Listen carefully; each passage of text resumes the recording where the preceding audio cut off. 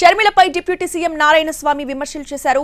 ఒకప్పుడు కాంగ్రెస్ ని తిట్టిన షర్మిల ఇప్పుడు పదవి కోసమే హస్తం పార్టీలో చేరారని అన్నారు.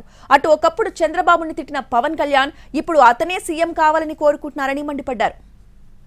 పార్టీ రాజశేఖర రెడ్డి గారిని ఏ విధంగా హింసించింది, ఎఫ్ఐఆర్ పెట్టింది, జగన్మోహన్ రెడ్డిని 16 నెలలు జైల్లో పెట్టింది. ఈరోజు ఆమెకి ఏమి బాధ వచ్చిందో ఆమె విజ్ఞతకు వదిలేస్తున్నాము. కానీ కాంగ్రెస్ను చూడనాలని ఆమె, బీజేపీని తిట్టింది ఆమె, తెలుగుదేశం తిట్టింది ఆమె. ఈరోజు అందరూ కూట ఓటైనారు కాబట్టి ఆమెకి ఏదో పదవి వస్తుందో, అధ్యక్షురాలుగా వచ్చింది కాబట్టి ఏదో ఒకటి మాట్లాడాలా చేయాలనే దృక్పథంతో ఆమె చేస్తూ ఉండదు. నేను జగనన్న బాణం అనింది, ఈరోజు చంద్రబాబు బాణమా లేదా బీజేపీ బాణమా లేకపోతే కాంగ్రెస్ బాణమా అర్థం కాల. ఆమె బాణం ఎందుకు వచ్చిందో, ఎందుకు ఆ బాణం వదులుతున్నదో, ఒక పార్టీకి అధినేతగా ఉండే ఆమె ఏ విధంగా మాట్లాడాలా, మా పార్టీ వస్తే ఇది చేస్తాం అది చేస్తామనిలా.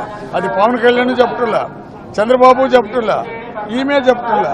మా పార్టీ వస్తే ప్రజలకు ఇది చేస్తామని చెప్తే వాళ్ళ గురించి ఆలోచించవచ్చు. అది చెప్పకుండా ఎంతసేపు అందరూ ఓటీ